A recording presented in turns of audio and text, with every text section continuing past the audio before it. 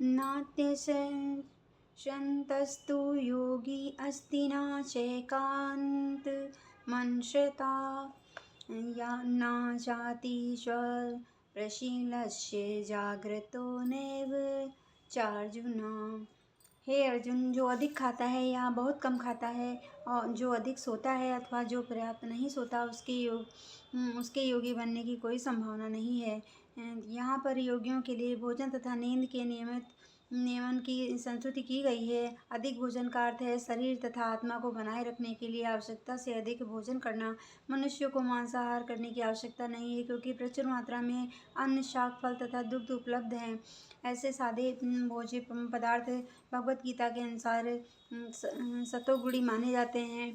मांसाहार को तो तमोगुणियों के लिए है। अतः जो जो लोग मांसाहार करते हैं, मद्यपान करते हैं, धूम्रपान करते हैं, जो कृष्ण को भोग लगाए बिना भोजन करते हैं, वे पाप कर्मों का भोग करके करेंगे, क्योंकि वे केवल दूषित वस्तुएं खाते हैं। भुज्यते भुज्यते ते त्वंगा पापाये पचन्त्यात्म कारणात्। जो व्यक्ति इंद्रिय सुक्ति के लिए खाता है या अपने लिए भोजन बनाता है किंतु कृष्ण को भोजन अर्पित नहीं करता, वह केवल पाप खाता है। जो पाप खाता है वो और नियत मात्रा से अधिक भोजन करता है, वह पूर्ण योग का पालन नहीं करता है। इससे सबसे उत्तम यही है कि कृष्ण को अर्पित भोजन से उत्कृष्ट भाग को ही खाया जाए। कृष्ण भावना भावित व्यक्ति कभी भी ऐसा भोजन नहीं करता जो इससे पूर्व कृष्ण को अर्पित ना किया जा गया हो। अतः केवल कृष्ण भावना भावित व्यक्ति ही योगाभ्यास में पूर्णतया प्राप्त कर सकता है, ना ही ऐसे व्यक्ति कभी योग का अभ्यास कर सकता है जो कृत्रिम उपवास की अपनी विधियां निकालकर भोजन नहीं करता है। कृष्ण भावना भावित व्यक्ति शास्त्रों द्वारा अनुमोदित उपवास करता है, ना तो वह आवश्यकता से अधिक उपवास रखता है, ना ही अधिक खाता है। इस प्रकार वह योगाभ्यास करने के लिए पूर्णतया योग्य है। जो आवश्यकता से अधिक खाता है वह सोते समय अनेक सपने देखेगा। अतः आवश्यकता से अधिक सोएगा। मनुष्य को प्रतिदिन 6 घंटे से अधिक नहीं सोना चाहिए। जो व्यक्ति 24 घंटे में से 6 घंटों से अधिक सोता है वह अवश्य ही तमोगुणी है। तमोगुणी व्यक्ति आलसी होता है और अधिक सोता है। ऐसा व्यक्ति योग नहीं साध सकता।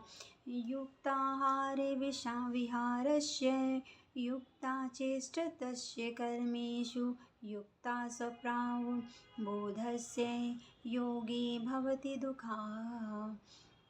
जो खाने, सोने, आमोद प्रमोद तथा काम करने की आदतों में नियमित रहता है, वो योगाभ्यास द्वारा समस्त भौतिक क्लेशों को नष्ट कर सकता है।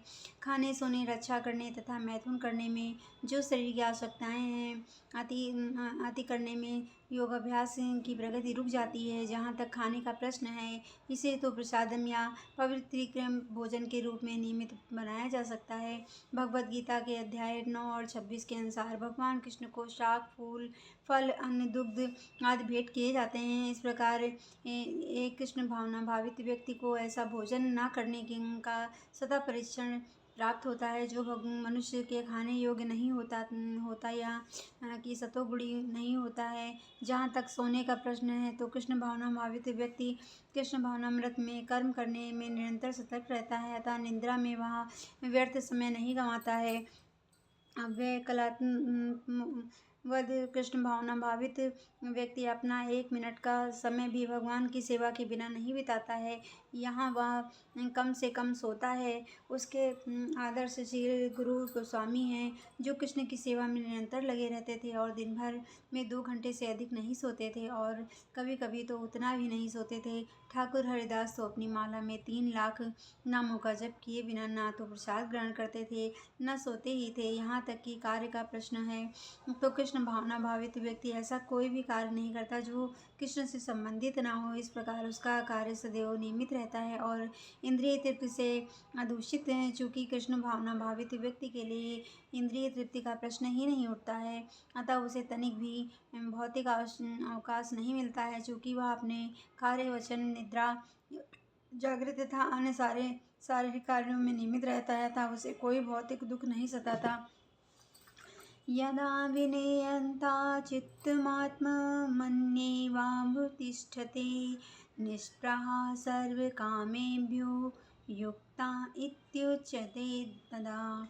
जब योगी योगाभ्यास द्वारा अपने मानसिक कार्यकलापों को वश में कर लेता है और अध्यात्म में स्थिर हो जाता है, अर्थात समस्त भौतिक इच्छाओं से रहित हो जाता है, तब वह योग में सुस्थिर कहा जाता है। साधारण मनुष्य की तुलना में योगी के कार्यों में वह विशेषता होती है कि वह समस्त भौतिक इच्छाओं से मुक्त रहता है। इसमें मैथुन प्रमुख है। एक योग रूपी अपने मानसिक कार्यों में इतना अनुशासित होता है कि उसे कोई भी भौतिक इच्छा विचलित नहीं कर सकती है। यह सिद्ध अवस्था कृष्ण भावना भावित व्यक्तियों द्वारा स्वतः प्राप्त हो जाती है, जैसा कि श्रीमद् भगवद गीता में के अध्याय 9:4-18 इसमें कहा गया है।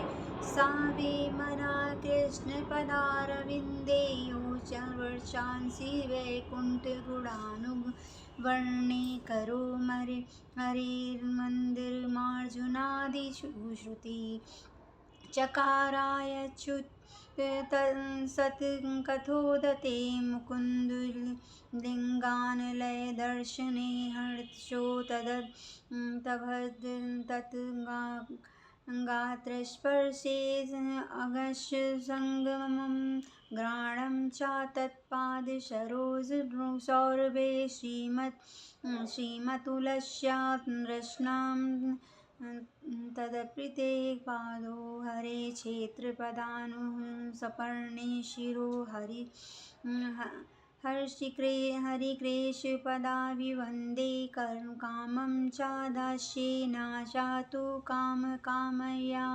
यथोत्तम श्लोकं जनाश्रयार्ति। राजा अम्बरीश ने सर्वप्रथम अपने मन को भगवान के चरणों पर स्थिर कर दिया, फिर क्रमशः अपनी वाणी को कृष्ण के गुणानुवाद में लगाया। हाथों को भगवान के मंदिर में स्वच्छ करने, कानों को भगवान के कार्यकलापों को सुनने, आँखों को भगवान के दिव्य रूप का दर्शन करने, शरीर को अन्य भक्तों के शरीरों का स्पर्श करने में, घ्राणेन्द्रियों को भगवान पर चढ़ाए गए कमल पुष्पों की सुगंध सूंघने में, जीभ को भगवान के चरण कमलों में चढ़ाए गए तुलसी पत्रों का स्वाद लेने में, पाँवों को तीर्थ यात्रा करने तथा भगवान के मंदिर तक जाने, सिर को भगवान को प्रणाम करने तथा अपनी इच्छाओं को भगवान की इच्छा पूरी करने में लगा दिया। ये सारे दिव्य कार्य शुद्ध भक्त के सर्वथा अनुरूप हैं।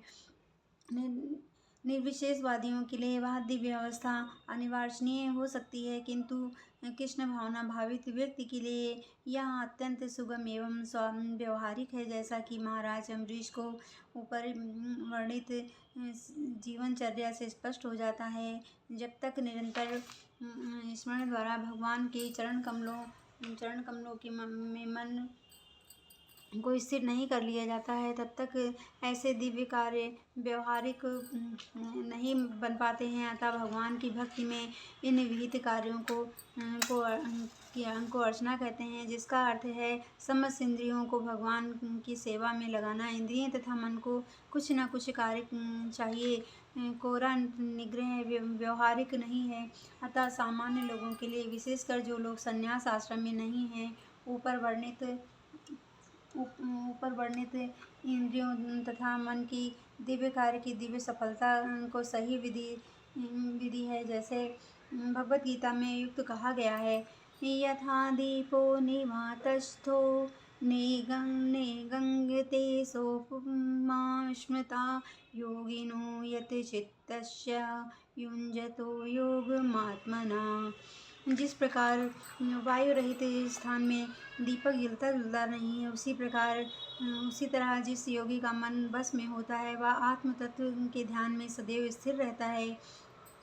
यत्रो परमते चितं निरुद्रं योग सेवया यत्र चैवात्मनात्मानं पश्यन्तात्मनि तुष्यति सुखमात्मन्तिकं यत्र तत् बुद्धिग्राह्यमतीन्द्रियं वेति यत्र न चैवायं स्थलश्चलति तत्पथा या लब्ध्वा चापरं लाभं मन्यते नाधिकं ततः यस्मिन् स्थितो न दुःखेन गुरुणापि विचल्यते तत् विद्या दुःखं संयोग वियोगं योगसंज्ञितम्। सिद्धि की अवस्था में, जिसे समाधि कहते हैं, मनुष्य का मन योगाभ्यास के द्वारा द्वारा भौतिक मानसिक क्रियाओं से पूर्णतया संयमित हो जाता है। इस सिद्धि की विशेषता यह है कि मनुष्य शुद्ध मन से अपने को देख सकता है और अपने आप में आनंद उठा सकता है।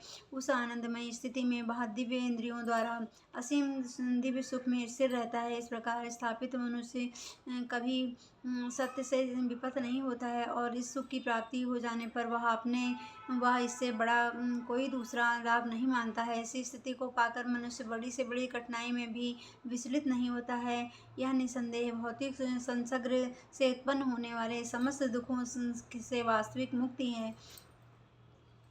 योगाभ्यास से मनुष्य भौतिक धारणाओं से क्रमशः विरक्त हो जाता है। यह योग का प्रमुख लक्षण है। इसके बाद वह समाधि में स्थित हो जाता है, जिसका अर्थ यह है कि दिव्य मन तथा बुद्धि के द्वारा योगी अपने आप को परमात्मा समझने का भ्रम न करके परमात्मा की अनुभूति करता है। योगाभ्यास बहुत कुछ पतंजलि की पद्धति पर आधारित है। कुछ अप्रमाणित भास्कर द्वारा जीवात्मा तथा परमात्मा में अभेद स्थापित करने का प्रयास करते हैं और अद्वैतवादी इसे भी मुक्ति मानते हैं, किंतु वे पतंजलि की योग पद्धति के वास्तविक प्रयोजन को नहीं जानते हैं। पतंजलि पद्धति में दिव्य आनंद को स्वीकार किया गया है, किंतु अद्वैतवाद में दिव्य आनंद को स्वीकार नहीं करते हैं, क्योंकि उन्हें भ्रम है कि इससे कहीं उनके अद्वैतवाद में बाधा न उपस्थित हो जाए। अद्वैतवाद ज्ञान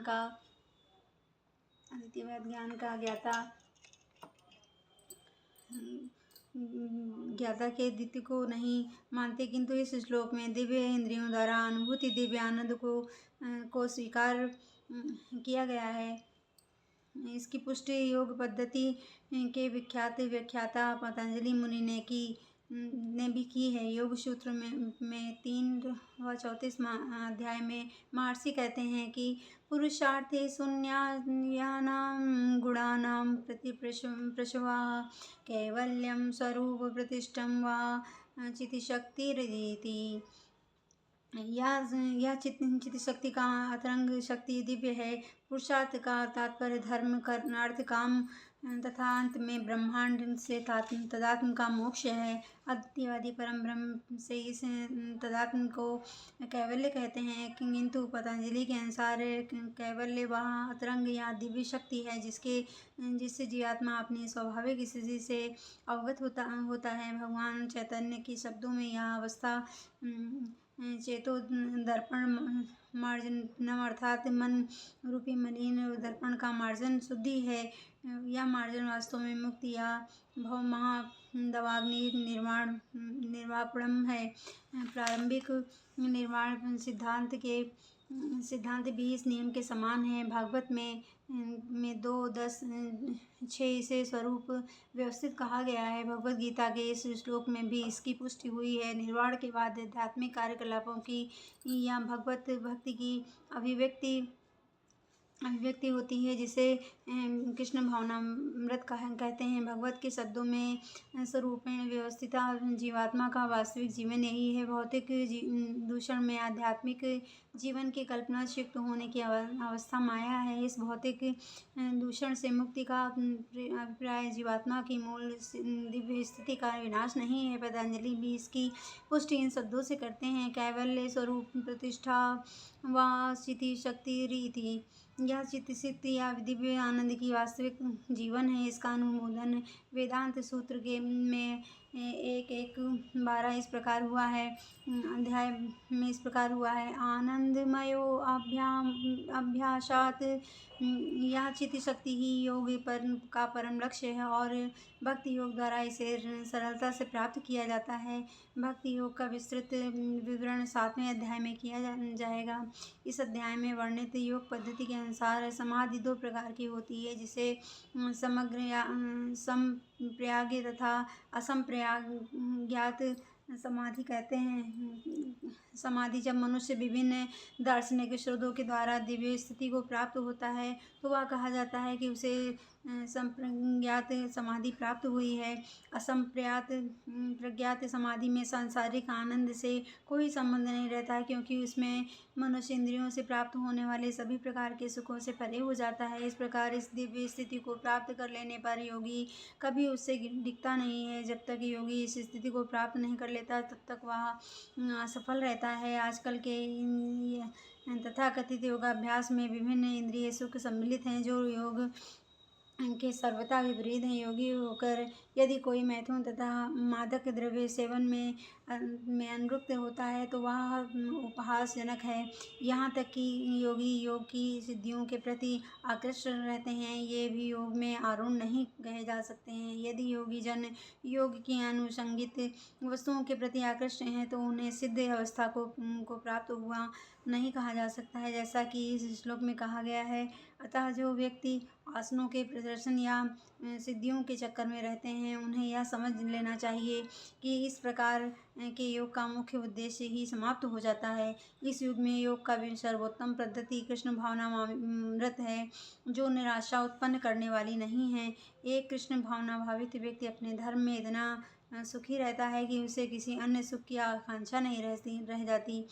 इस दंभ प्रधान युग में हठ योग, ध्यान योग तथा ज्ञान योग का अभ्यास करते हुए अनेक अवरोध आ सकते हैं, किंतु कर्म योग या भक्ति योग के पालन में ऐसी समस्या सामने नहीं आती है। जब तक यह शरीर रहता है तब तक शरीर की आवश्यकताओं आहार, निद्रा, भय तथा मैथुन को पूरा करना होता है, किंतु जो व्यक्ति शुद्ध भक्ति योग में अपना कृष्ण भावनामृत में स्थिर होता है, वह शरीर की आवश्यकताओं की पूर्ति करते समय इंद्रियों को उत्तेजित नहीं करता है। प्रत्युत वह घाटे के सौदे का सर्वोत्तम उपयोग करके जीवन की न्यूनतम आवश्यकताओं को स्वीकार करता है और कृष्ण भावनामृत में दिव्य सुख भोगता है। वह दुर्घटनाओं, रोगों, अभावों और यहाँ तक कि अपने प्रियजनों के मृत्यु जैसी आपातकालीन घटनाओं के प्रति भी निर्क्षेप रहता है, किंतु कृष्ण भावनामृत या भक्ति योग संबंध अपने कर्मों को पूरा करने में वह सदैव सचेष्ट रहता है। दुर्घटनाएं उसे कर्तव्य पथ से विचलित नहीं कर सकती हैं, जैसा कि भगवद गीता के अध्याय 2 और 14 में कहा गया है। अगमापायिनो न्यो अनित्या स्तांत स्थिति छत्स्वा भारत। वह इन प्रसंगित घटनाओं को सहता है क्योंकि वह यह भली बात जानता है कि ये घटनाएं ऐसे ही आती जाती रहती हैं और उसके अपने कर्तव्य पर कोई प्रभाव नहीं पड़ता है। इस प्रकार वह योगाभ्यास में परम सिद्धि प्राप्त करता है। सा निश्चयेन ओम नमो भगवते वासुदेवाय नमः। ओम नमो भगवते वासुदेवाय नमः। ओम नमो भगवते वासुदेवाय नमः। ओम नमो भगवते वासुदेवाय नमः। ओम नमो भगवते वासुदेवाय नमः। ओम नमो भगवते वासुदेवाय नमः। ओम नमो भगवते वासुदेवाय